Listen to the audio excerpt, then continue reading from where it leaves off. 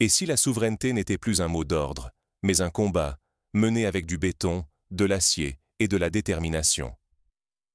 Imaginez un pays encerclé, assiégé, qui refuse de plier et vise l'indépendance totale, malgré le danger.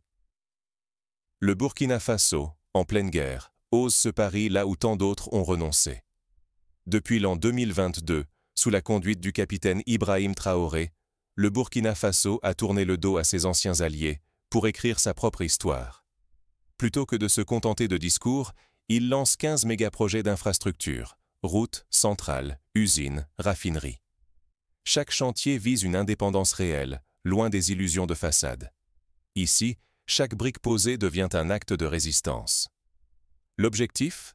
Conquérir l'autonomie économique, énergétique et stratégique, même si l'issue demeure incertaine. En cas d'échec, la précarité et la dépendance pourraient empirer. Mais en cas de succès, c'est la promesse d'une renaissance pour le peuple, et peut-être d'une deuxième indépendance pour l'Afrique. Comment ce pays s'est-il retrouvé à ce point de bascule? Pour comprendre ce choix radical, il faut revenir sur le contexte et les motivations qui l'ont forgé. Avant de détailler ces méga-projets, observons le contexte politique et sécuritaire. Comprendre ce tournant, c'est saisir l'urgence et la volonté qui animent le pays. Pourquoi prendre le risque de tout perdre, alors que la guerre frappe aux portes et dans les villages? L'urgence était absolue. Acculé par la menace terroriste, touché par des sanctions, abandonné par ses alliés, le pays n'avait plus le choix. Pour la première fois depuis l'indépendance, il refuse l'assistanat et l'influence extérieure qui l'ont maintenu sous tutelle pendant plus de 60 ans. Cette rupture est née d'une carence profonde. Absence d'infrastructures essentielles. Des millions de Burkinabés vivent sans électricité, sans route, sans industrie, sans école. Cette situation nourrit une vulnérabilité permanente et un sentiment d'humiliation nationale. Le capitaine Traoré incarne ce choc historique. Il ne veut plus seulement défendre, il veut reconstruire. Sous sa direction, la transition transforme l'urgence en force pour bâtir un État souverain, maître de ses ressources, fier d'une dignité retrouvée. Le pari est immense, rompre avec la dépendance qui enlisait le pays. Chaque heure compte. Dans cette course, l'échec n'est pas une option. Mais cette rupture ne repose pas que sur des discours. Elle se concrétise dans des projets porteurs d'espoir et de risques majeurs. Derrière chaque chantier, une stratégie de libération se dessine. Au Burkina Faso, chaque construction devient un acte politique, une riposte directe à des décennies de dépendance. Voici le cœur du plan de refondation nationale.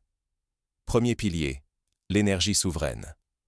En confiant à Rosatom la construction de la première centrale nucléaire civile, le Burkina Faso envoie un signal fort.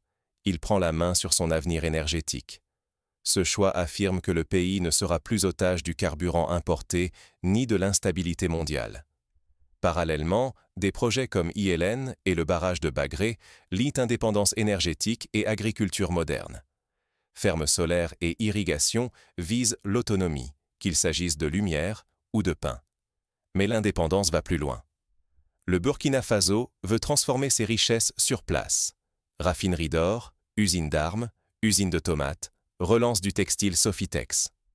L'or n'est plus exporté à l'état brut, coton et tomates ne sont plus synonymes d'exportation à faible valeur ajoutée.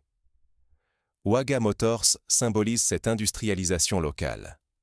Produire et transformer sur place, c'est refuser la fatalité d'un pays condamné à importer ce qu'il consomme. Objectif : créer des emplois, maîtriser la chaîne de valeur, restaurer la fierté nationale. Les infrastructures suivent ce souffle de reconquête. Nouveaux rails, routes stratégiques, autoroutes, Ouagadougou-Koudougou. Il s'agit de désenclaver le pays, transporter les ressources, renforcer la mobilité des forces de sécurité. Dans un contexte de menace permanente, le déploiement de nouvelles bases militaires et de camps VDP structure la sécurisation du territoire. Protéger chaque avancée, c'est garantir que la construction ne sera pas détruite par le conflit. L'avenir se prépare aussi avec des universités au Sahel et une offensive agro-pastorale. Former la jeunesse, investir dans l'autosuffisance alimentaire, c'est parier sur une génération capable de défendre et développer le pays sans tutelle. L'enjeu est colossal. Échouer, ce serait perdre des investissements massifs, voir partir la jeunesse, subir l'insécurité et risquer une reprise en main extérieure. La bataille du Burkina Faso, c'est aussi celle de toute l'Afrique. Mais l'ambition attire ses adversaires. Les obstacles sont nombreux et le compte à rebours s'accélère. Le Burkina Faso trace-t-il la voie d'une nouvelle Afrique ou avance-t-il vers le précipice? Pour la première fois depuis l'indépendance, il ose reconstruire sur ses propres bases.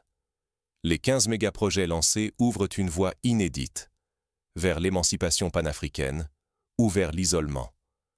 Le danger immédiat reste la déstabilisation. Rompre avec les anciens alliés, c'est risquer des sanctions, des campagnes hostiles, des sabotages. Le Burkina Faso pourrait se retrouver marginalisé, privé de marché, de financement et de technologie. Pour un pays déjà affaibli par la guerre, l'enjeu est immense. Pourtant, cette audace inspire au-delà des frontières. Beaucoup de jeunes Africains y voient la preuve qu'on peut reprendre la main sur son destin, mutualiser les infrastructures, bâtir un panafricanisme concret. Si le Burkina Faso réussit, il deviendra le symbole d'une Afrique capable d'imposer ses propres règles. En interne, chaque succès nourrit la fierté, incite la jeunesse à rester, donne au pays le contrôle de ses ressources et de ses priorités. Ce regain de confiance pourrait devenir le socle d'une stabilité retrouvée. Mais la menace demeure. Manque de financement, déficit de compétences, pression des puissances étrangères. Sabotage, réseau d'influence et blocage diplomatique pourraient renverser la dynamique. Ce qui se joue ici dépasse le Burkina Faso. C'est l'opportunité pour l'Afrique d'inventer sa trajectoire loin de la dépendance. Cependant, la route est semée d'obstacles et chaque avancée peut déclencher de nouvelles hostilités. Le prochain acte montrera si ce pari audacieux tiendra face à la tempête. Comment réagir face à l'inévitable? Peut-on transformer l'urgence en chance, la dépendance en puissance, à notre échelle? Le Burkina Faso prouve que même dans la tourmente, bâtir reste possible. Ce courage d'agir sans attendre la perfection inspire. Il enseigne qu'il faut avancer avec ce que l'on a. La souveraineté ne signifie pas s'isoler. C'est choisir ses intérêts, ses partenaires, ses priorités.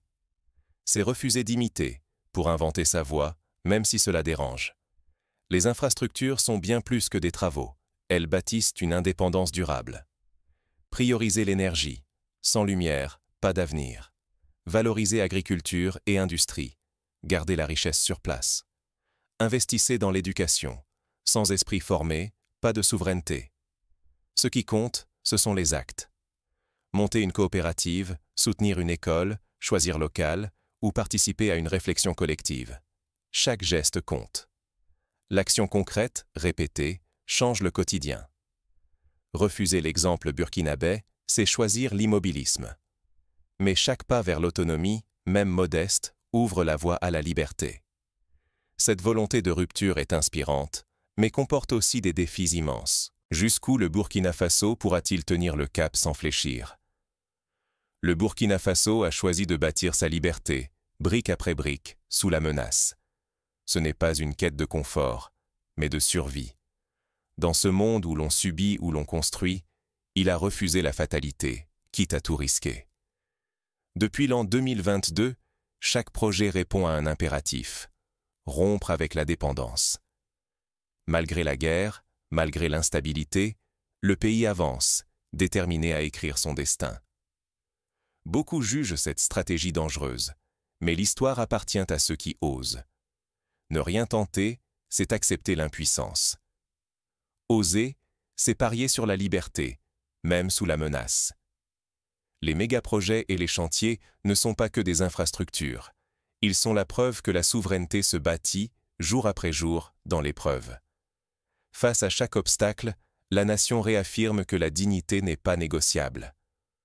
Refuser la résignation, se relever, c'est affirmer, pour l'Afrique entière, qu'elle peut écrire sa propre histoire. L'exemple burkinabé invite chacun à réfléchir au prix de la souveraineté et du courage, et à s'engager lucidement pour ne plus